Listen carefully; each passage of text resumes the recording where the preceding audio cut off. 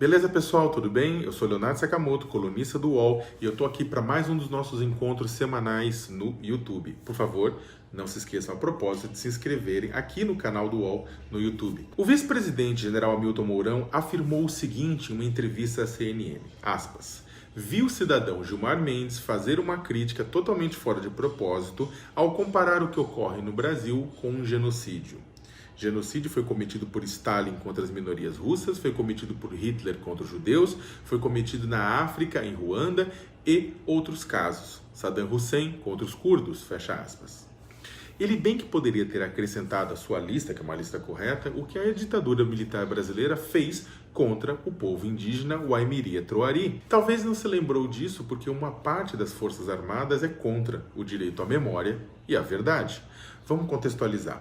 Mourão reclamava da crítica do ministro do Supremo Tribunal Federal, Gilmar Mendes, que disse que havia dito, no último sábado, que o Exército está se associando a genocídio ao ocupar cargos técnicos no Ministério da Saúde, ao invés de permitir que especialistas estivessem nessas funções.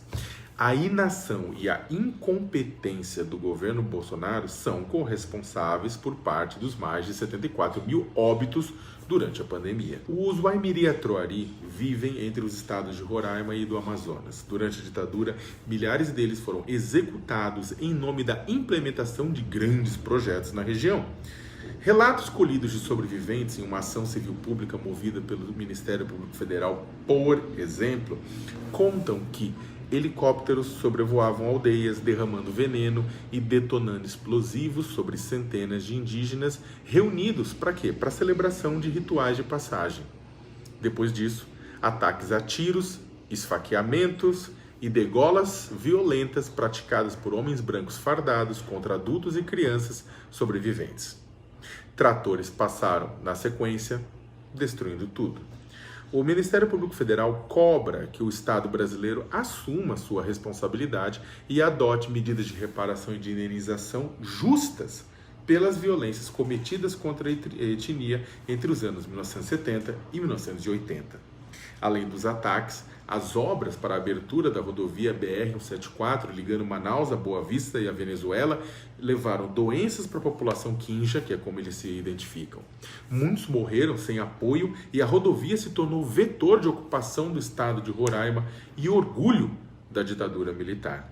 O relatório da Comissão Nacional da Verdade afirma, com base em dados oficiais, que houve uma redução de 3 mil nos anos 70 da população para 332 nos anos 80.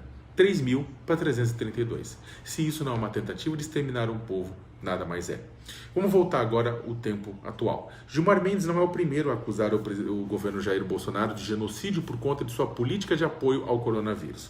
Com isso, parte do exército subiu nas tamancas, o que é ótimo, pois do alto talvez possa enxergar os fatos e ver com que eles estão se metendo. O presidente vetou um rosário de medidas de um projeto aprovado pelo Congresso Nacional voltado a proteger comunidades tradicionais que apresentam extrema vulnerabilidade. O presidente excluiu a obrigação de garantir água potável, de fornecer materiais de higiene e limpeza, de ofertar leitos hospitalares em UTIs, de distribuir cestas básicas, comida, entre outras. Indígenas apresentam um risco 5 vezes maior do que os brancos por conta da coronavírus, de acordo com pesquisa coordenada pela Universidade Federal de Pelotas. Deveriam ser alvo de atenção redobrada, portanto. Bolsonaro foi no ano passado representado no Tribunal Penal Internacional em Haia, na Holanda, por incitação ao genocídio de indígenas. Quem levou o caso à corte foi a Comissão Arnes e o coletivo Advocacia em Direitos Humanos. O deplorável comportamento de seu governo com esses povos durante a pandemia pode, enfim, levá-lo a ser denunciado efetivamente por esse crime. Desde que era deputado federal, Jair tem deixado claro seu incômodo com os direitos das populações indígenas aos seus territórios. Como presidente, nega-lhes terras, força sua aculturação, dificulta acesso a alimentos e permite a exploração econômica de seus territórios por terceiros, mesmo contra sua vontade. Agora, garimpeiros, madeireiros, grileiros, empoderados por Jair Bolsonaro, invadiram territórios indígenas e espalharam a doença.